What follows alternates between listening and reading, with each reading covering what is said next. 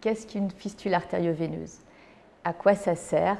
Pourquoi on fait une fistule artério-veineuse? Alors la fistule artério-veineuse, c'est un dispositif, on va dire quasiment naturel, qui consiste à relier ensemble une veine et une artère, donc modifier la circulation sanguine dans le but d'obtenir un vaisseau qui va être facile à utiliser pour la dialyse. Ça concerne essentiellement les gens qui ont une insuffisance rénale chronique très sévère et qui vont avoir besoin de dialyse.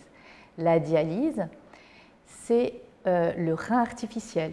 Ça consiste à épurer le sang de façon artificielle dans une machine pour remplacer le travail du rein pour les gens dont le rein est trop fatigué et qui ne fonctionne plus et qui ne va plus épurer le sang. L'idée, c'est de pouvoir épurer complètement le sang. Pour épurer le sang, il faut avoir un accès au sang. Donc, on a peu de vaisseaux qui permettent d'avoir un débit suffisant pour pouvoir faire passer le sang dans une machine de dialyse efficacement. Pour obtenir un vaisseau dans lequel on a un bon débit, on relie ensemble l'artère et la veine.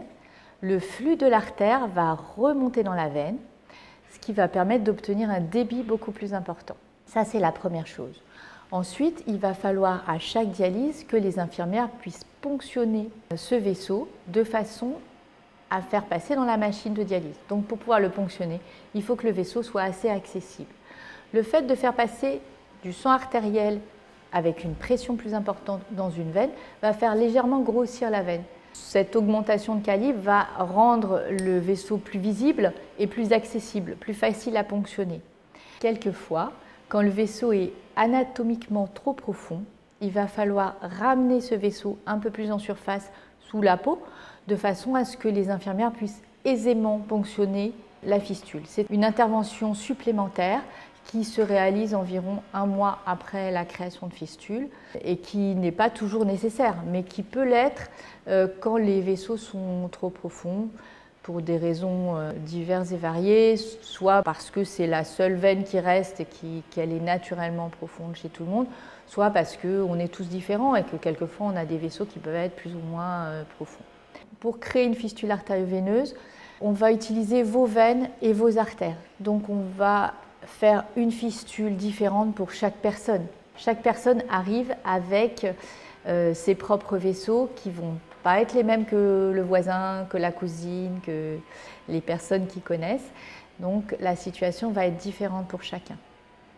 C'est pour ça que lors de la consultation préopératoire, on va étudier tous ces paramètres de façon à choisir au mieux les vaisseaux qui vont être adaptés à la personne pour créer la fistule artério-veineuse. La fistule artério-veineuse se crée par une intervention chirurgicale. Donc ça se fait au bloc opératoire, sous anesthésie loco-régionale le plus souvent, c'est-à-dire qu'on va endormir que le bras, mais tout le bras. Ça va se faire par une courte incision qui va permettre d'aller déplacer la veine et d'aller la brancher sur l'artère en faisant une petite couture avec un fil très fin. Une fois cette couture terminée, le flux de l'artère va remonter dans la veine et va permettre d'obtenir un flux suffisant pour réaliser la dialyse ultérieurement. Ce n'est pas parce qu'on a créé la fistule artério-veineuse qu'on va commencer la dialyse. Il faut un délai avant l'utilisation d'une fistule artério-veineuse. Ce délai, il est minimum de 4 à 6 semaines quand tout va bien. D'abord, il peut y avoir des soucis. La fistule peut mettre du temps à se développer en fonction de la qualité des vaisseaux qu'on a pu utiliser d'une part et d'autre part de leur réaction. Il n'est pas normal de faire circuler un sang artériel dans une veine. La veine peut se rétrécir un petit peu ou quelquefois même se boucher. Donc il faut qu'on ait pris suffisamment d'avance pour pouvoir pallier aux problèmes qui seraient éventuellement survenus, d'une part, et d'autre part, il faut qu'on attende le développement correct de la fistule. Une fois que la fistule est faite, on va surveiller, vérifier l'évolution, vérifier qu'elle va être utilisable. Et puis, quand vous aurez besoin éventuellement d'une dialyse, on pourra commencer à ponctionner cette fistule. Donc c'est très important de comprendre que ce n'est pas parce qu'on a créé la fistule que la dialyse va commencer immédiatement.